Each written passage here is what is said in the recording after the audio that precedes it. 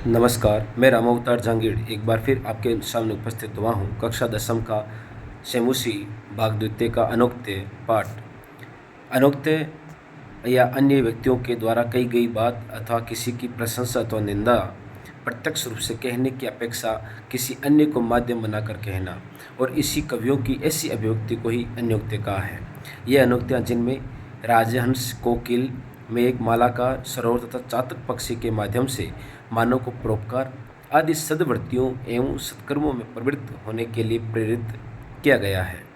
चलते हैं पाठ की ओर। एकेन राजहंसेन या शोभा सरसो भवेत् न सा बक्सहस्रेण परितः तेरवासिना। इस श्लोक का अन्वय इस प्रकार है। एकेन राजहंसेन सरस या शोभा भवेत् परितः तीरवासिना बक्सहस्रेण सा शोभा न भवति। एकेन राजहंसेन, एक ही राजहंस के द्वारा या हंसों के राजा के द्वारा उस तालाब की या जो शोभा भवेत होती है, अर्थात एक ही हंस से तालाब की जो शोभा होनी चाहिए, परितः उस तालाब के चारों ओर तीरवासिना किनारे पर रहने वाले बक्सहस्रेण हजारों बगुलों से सा शोभा वह शोभा न भवती नहीं होती है। यानी कि उस तालाब के किनारे रहने वाले हजारों बगुलों से वो शोभा नहीं होती है। अर्थात एक राजहंस से सरोवर की जो शोभा होती है, सरोवर के चारों ओर किनारों पर रहने वाले हजारों बगुलों से भी वे शोभा कभी नहीं होती है। अर्थात एक राजहंस ही से उस तालाब की शोभा बढ़ती है, अन्य बगुलों से उस तालाब की शोभा नहीं बढ़ती है, क्योंकि बगुला बगुला होता है और राजहंस राजहंस होता है। इस श्लोक से महत्वपूर्ण शब्दार्थ। चलते हैं अगले श्लोक की ओर। भुक्ता मृणाल पटली भवता निपिता अन्य अम्बुनि यत्र नलिनानि निसेवितानि। रे राजहंस वद तस्य सरोवरस्य कृत्येन केन भवितासि कृतोपकारः भवितासि कृतोपकारः। इस श्लोक का अन्वय इस प्रकार है। यत्र भवता मृणाल पटली भुक्ता अम्बुनि निपितानि नलिनानि निसेवितानि। रे राजहंस तस्य सरोवरस्य केन कृतेन कृतोपकारः भविता असि वद। अर्थात यत्र जहाँ भवता आपके द्वारा मृणाल पटली कमल नालों का समूह, अर्थात आपके द्वारा कमल नालों का समूह से भुक्ता खाए हुए, अम्बुनी जल, निपितानी भले भांति पिया गया हो, नलिनानी कमलों को, निसेवितानी सेवन किए गए हो। रे राजहंस, अरे राजहंस, तस्य उस सरोवरस्य केन कृत्येन उस तालाब की, केन कृत्येन किस प्रकार से, कृतोपकारः उपकार किया हुआ, अर्थात प्रत्युपकार करने वाला, भविता असी होगा, वद कहो या बोलो। यानी कि उस तालाब के किस प्रकार से उपकार करने वाले होंगे। अर्थात अर्थ है, हे राजहंस, तुम्हारे द्वारा जहाँ जिस सरोवर में कमल नाल का समूह का खाया हुआ जल पिया गया है, कमलों का सेवन किया गया है, उस सरोवर का किस कार्य के द्वारा प्रत्युपकार करने वाले बनोगे, तुम ये बताओ। अर्थात तुम उस तालाब का किस प्रकार से उपकार करोगे, इसके बारे में तुम बताओ। इस श्लोक से संबंधित कुछ महत्वपूर्ण जो शब्दार्थ हैं वो ये है, इसका भी एक बार अवलोकन जरूर करें। तो यैर अल्पैरपि करुणया भीम भानो निदागे मालाकारः व्यरचि भवताया तरोरस्य पुष्टि। सा किं शक्या जनितुम् इह प्रावृषेण वाराम धारा सारानपि विकीर्ता विश्वतः वारिदेन। अर्थात इस श्लोक का अन्वय इस प्रकार है। धारा सारानपि विकीर्ता विश्वतो वारिदेन। अंतिम लाइन के माध्यम से अन्वय जो है इस प्रकार से, हे मालाकार भीम बानो निदागे अल्पैतोयै अपि भवता करुणया अस्य तरोः या पुष्टि व्यरचि वारां प्राविशेणेन विश्वतः धारासारान् अपि विकीरता वारिदेन इह जन्यतुम सा पुष्टिः किम शक्या। अर्थात हे मालाकारः, हे माली भीमभानो, ग्रीष्म काल में सूर्य के अत्यधिक तपने पर निदागे, ग्रीष्म काल में अल्पे तोये, थोड़े से जल से भी भवता आपके द्वारा करुणया, करुणा के द्वारा या करुणा के साथ अस्य तरो, इन पेड़ों का या पुष्टि जो पोषण किया गया है व्यरची की जाती है वाराम जल से या जल से प्राविर्षेण वर्षाकालिक या वर्षा काल के विश्वतः सभी ओर से धारा सारान अपि जल धाराओं के प्रभावों के द्वारा भी विकीरता जल बरसाते हुए वारिदेन इह बरसात के द्वारा जनहितुम उत्पन्न पैदा करने के लिए सा पुष्टि वह पोषण किम शक्या क्या संभव है। क्या आपके द्वारा जो पौधों की या पेड़ों की जो पुष्टि की गई है क्या बहते हुए जल से उसकी संभावना है। अर्थ इसका है हे माली, इस ग्रीष्म काल की भयंकर गर्मी में थोड़े से जल से ही आपके द्वारा करुणापूर्वक इस वृक्ष का जो पोषण किया गया है, क्या वर्षाकालीन जल के चारों ओर से धाराओं को बरसाते हुए बादल के द्वारा यह पोषण किया जा सकता है। क्या बादल के द्वारा इस संसार में उस पोषण को पैदा करने में समर्थ है, क्या वो समर्थ है। अर्थात बहता हुआ जल पेड़ पौधों का पोषण नहीं कर पाता है, उसे रोजाना सींचना पड़ता है, रोजाना सींचने के कारण से ही उसमें अग्रसर प्रकृति होती है। इस श्लोक से संबंधित कुछ महत्वपूर्ण शब्दार्थ इस प्रकार हैं। चलते हैं अगले श्लोक की ओर। आप पदीरे अंबर पत्थम परितः पतंगाः भृंगा रसाल मुकुलानि समाश्रयन्ते संकोचम अंचन्ति सरस्त्वयि दीन दिनो मेनोनु हंत कतमा गतिम अभ्युपेतुः, कतमा गतिम अभ्युपेतुः। इस श्लोक का अन्वय इस प्रकार है। पतंगाः परितः अंबर पत्थम आपदीरे भृंगाः रसाल मुकुलानि समाश्रयन्ते सरहत्वयि संकोचम अचन्ति हंत दीन दिनः मेनः न कतमा गतिम अभ्युपेतुः। अर्थात पतंगाः पक्षी परित चारों ओर अंबर पथम आकाश मार्ग को आप पदीरे प्राप्त कर लिए हैं, यानी कि पतंगे जो पक्षी हैं वो आकाश को प्राप्त कर लिए हैं। भृंगाः भंवरे रसाल मुकुलानि समाश्रयन्ते, भंवरे रसाल मुकुलानि आम की मंजरियों को समाश्रयन्ते यानी आश्रय लेते हैं, यानी भंवरे आम की मंजरियों पर आश्रय लेते हैं। सरह त्वयि संकोचम अचंती, सरह तालाब, त्वयि तेरे, संकोचम यानी संकोचम अचंती तुम्हारे संकुचित हो जाने पर, हंत दीन दिनः खेद है कि बेचारी, मीननु ये मछलियाँ कतमा गतिम किस गति को अभ्युपेतु प्राप्त करेगी, यानी कि तुम्हारा जल संकुचित होने पर वो मछलियाँ किस प्रकार से गति को प्राप्त करेगी। इसका अर्थ हो गया पक्षी चारों ओर आकाश मार्ग में पहुंच गए हैं, भंवरे आम की मजरियों का आश्रय ले रहे हैं। हे सरोवर, तुम्हारे संकुचित होने पर, जल कम हो जाने पर अत्यंत दयनीय है, ये मछलियाँ किस गति को प्राप्त करेगी। अर्थात जब जल संकुचित हो जाएगा तो मछलियों की क्या गति होगी। अर्थात आश्रयदाता ही यदि संकोच करने लगे तो आश्रितों की दुर्गति तो निश्चित ही है। इस श्लोक से संबंधित कुछ महत्वपूर्ण शब्दार्थ। चलते हैं अगले श्लोक की ओर। एक एव खगो मानी वने वसति चातकः पिपासितो वा म्रियते याचते वा पुरंदरम। इस श्लोक का अन्वय इस प्रकार है। एकः एव मानी खगः चातकः वने वसति वा पिपासितः म्रियते पुरंदरम याचते वा। एकः एव मानी, एक ही स्वाभिमानी, खगः पक्षी, चातकः चातक पक्षी या पपिया पक्षी, वने वसति वन में रहता है। एक ही स्वाभिमानी चातक पक्षी वन में रहता है।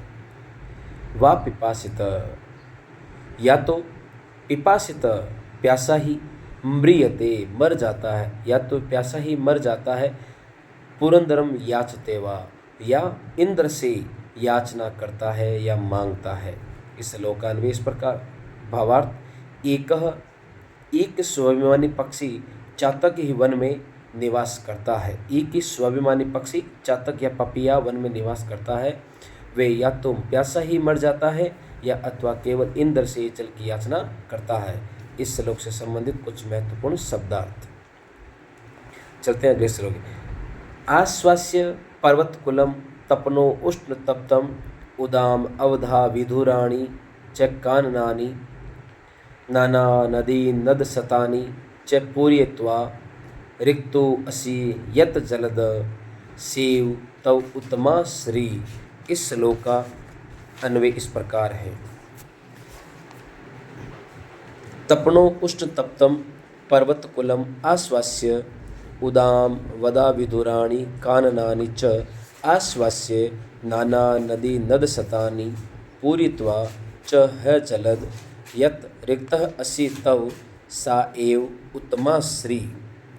अर्थात तपनो उष्ण तप्तम, सूर्य की गर्मी से तपे हुए, पर्वतकुलम पर्वतों के समूह को आश्वास्य संतुष्ट करके या आश्वस्त करके, सूर्य की गर्मी से तपे हुए पर्वतों के समूह को आश्वस्त करके, उदाम वदा विधुराणी ऊंचे उठे या वृक्षों से रहित, काननानि च और वनों को, आश्वस्य आश्वस्त करके, नाना नदी नद सतानी विभिन्न प्रकार की नदियों और सैकड़ों नदों को भर करके, पूरीत्वा पूर्ण करके या भर करके, च हे जलद हे बादल, यानी कि विभिन्न प्रकार की नदियों को और सैकड़ों नदों को नालों को भर करके, हे बादल, यत जो रिक्त असी तुम रिक्त हो गए हो, खाली हो गए हो, तव सा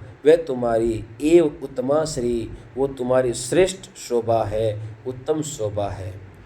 अर्थात इस श्लोक का अन्वय इस प्रकार है कि सूर्य की गर्मी से तपे हुए पर्वत समूह को तथा ऊंचे वृक्षों से रहित वनों को जल से तृप्त करके या वर्षा करके, विविध नदियों तथा सैकड़ों नदों को या नालों को जल से भरकर, हे बादल, जो तुम रिक्त हो गए हो, खाली हो गए हो, वही तुम्हारी श्रेष्ठ अवस्था है, वही तुम्हारी श्रेष्ठ या उत्तम शोभा है। इस श्लोक से संबंधित कुछ महत्वपूर्ण जो शब्दार्थ हैं वो यहाँ दिए जा रहे हैं। इसका भी एक बार आप ज़रूर अवलोकन करें। अगर हमारे चैनल को आपने लाइक नहीं किया है, शेयर नहीं किया है, सब्सक्राइब नहीं किया तो ज़रूर करें। चलते हैं अगले श्लोक की ओर। रे रे चातक सावधान मनसा मित्र क्षणम श्रूयताम अम्बोदा बहवो ही सन्ति गगने सर्वेऽपि नैतादृशाः केचित् वृष्टिभिर् आद्रयन्ति वसुधां गर्जन्ति केचित् वृथा यम यम पश्यसि तस्य तस्य पुरतो मा ब्रूहि दीनवचः। इस श्लोकान्वय इस प्रकार है। देखिए अन्वय की ओर चलते हैं। रे रे चातक, रे रे चातक, अरे चातक, सावधान मनसा क्षणम श्रूयताम गगने ही बहव अम्बोदा सन्ति सर्वे अपि एतादृशा न सन्ति केचित् वसुधां वृष्टिम आद्रयन्ति केचित् वृथा गृजन्ति त्वं यम यम पश्यसि तस्य तस्य पुरतः दीनं वचः मा ब्रूहि। अर्थात रे रे मित्र चातक, अरे अरे मित्र पपी है, सावधान मनसा सावधान मन से, क्षणम क्षण भर के लिए, श्रूयताम सुनिए, गगने गगने ही बहव, आकाश में बहव बहुत सारे, अम्बोदाह बादल है, संति है। हे चातक पक्षी, सावधान होकर के, सावधान मन से कुछ पल के लिए मेरी बात को सुनो। एता सर्वे अपि, सभी भी, एतादृशा न संति, सभी एक जैसे नहीं है। केचित वसुधाम वृष्टिम आद्रयंती, कुछ एक तो वसुधाम धरती को, वृष्टि भी ही बाद वर्षा करके, आद्रयंती गीला कर देते हैं। केचित वृथा गर्जंती, कुछ नाहक या फालतू में गर्जना करते हैं। तुम यम यम पश्यसी, तुम जिस जिस को देखते हो, तुम जिस जिस को देखते हो, तस्य तस्य, उसके सामने, पुरतः, तुम उसके सामने, दीनम वच माँ ब्रूहि, दीन वचन मत बोलो या याचना मत करो। अर्थ, अरे अरे मित्र चातक, सावधान मन से क्षण भर के लिए सुनो। आकाश में बहुत से बादल होते हैं, सभी इस प्रकार के बरसने वाले नहीं होते हैं। कुछ वर्षा करके धरती को भिगो देते हैं, कुछ व्यर्थ में गरजते हैं। तुम जिस जिस बादल को देखते हो, उसके सामने दीन वचन मत बोलो। अर्थात जिस जिस को तुम देखते हो, उसके सामने तुम याचना मत करो, भीख मत मांगो। इस श्लोक से संबंधित कुछ महत्वपूर्ण शब्दार्थ ये है। और चलते हैं आगे अभ्यास कार्य की ओर। अभ्यासः, अभ्यास। एक पदेन उत्तरम लिखत, एक पद में उत्तर लिखिए। कस्य शोभा एकेन राजहंसेन भवति, किसकी शोभा एक राजहंस से होती है। सरसः, तालाब की। सरसः तीरे के वसंती, तालाब के किनारे कौन रहते हैं। बकाः, बगुले। कः पिपासित म्रियते, कौन प्यासा ही मर जाता है। चातकः। क रसाल मुकुलानि समाश्रयन्ति, कौन आम की मजरियों पर आश्रय लेते हैं। भृंगाः, भंवरे। अम्बोदाः कुत्र सन्ति, बादल कहाँ हैं। अम्बोदा कुत्र सन्ति, गगने, बादल आकाश में है। अधोलिखितानां प्रश्नानां उत्तराणि संस्कृत भाषया लिखत, नीचे कुछ प्रश्न, उनके उत्तर संस्कृत भाषा में लिखिए। सरसः शोभा केन भवति, तालाब की शोभा किससे होती है। सरसः शोभा राजहंसेन भवति, तालाब की शोभा राजहंस से होती है, हंसों के राजा से होती है। चातक किमर्थम मानि कथ्यते, चातक यह पक्षी किस लिए स्वाभिमानी कहा जाता है। चातकः पिपासित म्रियते वा पुरंदरम वा याचते, अतः स मानि कथ्यते। पपीहा पक्षी या तो प्यासा मर जाता है या इंद्र से वो याचना करता है, अतः उसे स्वाभिमानी या मानी कहा गया है। मीनः कदा दीनां गतिम प्राप्नोति, मछलियाँ कब दीन गति को प्राप्त होती हैं। यदा सर संकोचम अचंती, यानी कि जब तालाब का जल संकुचित हो जाता है। तदा मीनः दीनां गतिम प्राप्नोति, तब मछलियाँ दीन गति को प्राप्त होती हैं। यानी कि तालाब का जल जब संकुट जाता है तब मछलियाँ दीन गति को प्राप्त करती हैं। कानि पूरित्वा जलद रिक्तः भवति, किन को पूर्ण करके, भर करके बादल खाली हो जाता है, रिक्त हो जाता है। नाना नदी नद शतानि पूरित्वा जलदः रिक्तः भवति, नदियों को तथा सैकड़ों नदों या नालों को भर करके बादल रिक्त हो जाता है। वृष्टि भी ही वसुताम के आद्रयंती, बरसात करके धरती को कौन गीला कर देते हैं।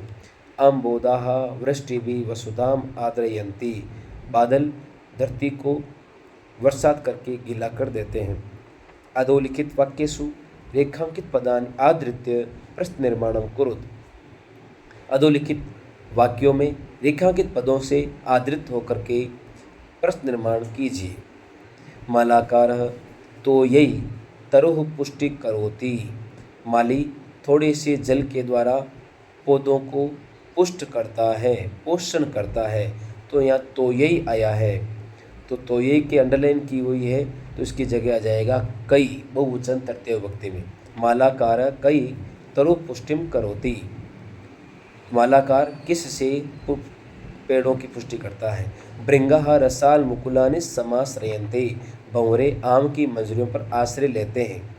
भृंगः कानि समाश्रयन्ते। भंवरे किस पर आश्रय लेते हैं।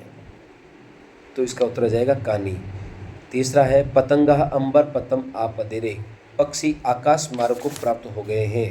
पतंगा बहुवचन में है तो के अंबर पथम आपदिरे, कौन आकाश को प्राप्त हो गए हैं। चौथा है जलदः नाना नदी नद शतानि पूरयित्वा रिक्तोऽसि। बादल नदियों को तथा सैकड़ों नदों को या नालों को भर करके रिक्त हो गया है। जलदः कौन, कह नाना नदी नद शतानि पूरयित्वा रिक्तोऽसि, कौन नदियों को तथा सैकड़ों नालों को भर करके या पूर्ण करके खाली हो गया है।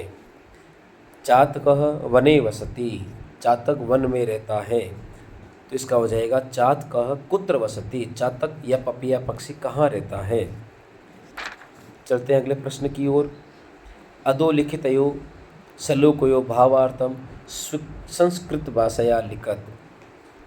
नीचे एक श्लोक का भावार्थ सुकृत भाषा में लिखे। तो ये अल्पेरपि वारिदेन, इस श्लोक का भावार्थ ये है, हे माली, ग्रीष्म काल की भयंकर गर्मी में थोड़े से जल से ही आपके द्वारा करुणापूर्वक इस वृक्ष का जो पोषण किया गया है, क्या वर्षाकालीन जल के चारों ओर से धाराओं को बरसाते हुए बादल के द्वारा क्या पोषण किया जा सकता है। इस श्लोक में माली के माध्यम से हमें शिक्षा दी गई कि मुसीबत के समय थोड़ी सी सहायता भी जीवनदायिनी होती है। अच्छी दिनों में तो हर कोई हमारा रे चातक दीन वचः। अरे अरे मित्र चातक, सावधान मन से क्षण भर के लिए सुनो। आकाश में बहुत से मेघ होते हैं, सभी इस प्रकार के बरसने वाले नहीं होते। कुछ वर्षा से धरती को भिगो देते हैं, कुछ व्यर्थ में गरजते। तुम जिस जिसको देखते हो उसके सामने दीन वचन मत बोलो। इस श्लोक में चातक के माध्यम से हमें शिक्षा दी गई कि हमें कुछ मांगने से पहले सामने वाले की अच्छी तरह से परख लेना चाहिए। चलते हैं अगले श्लोक की ओर।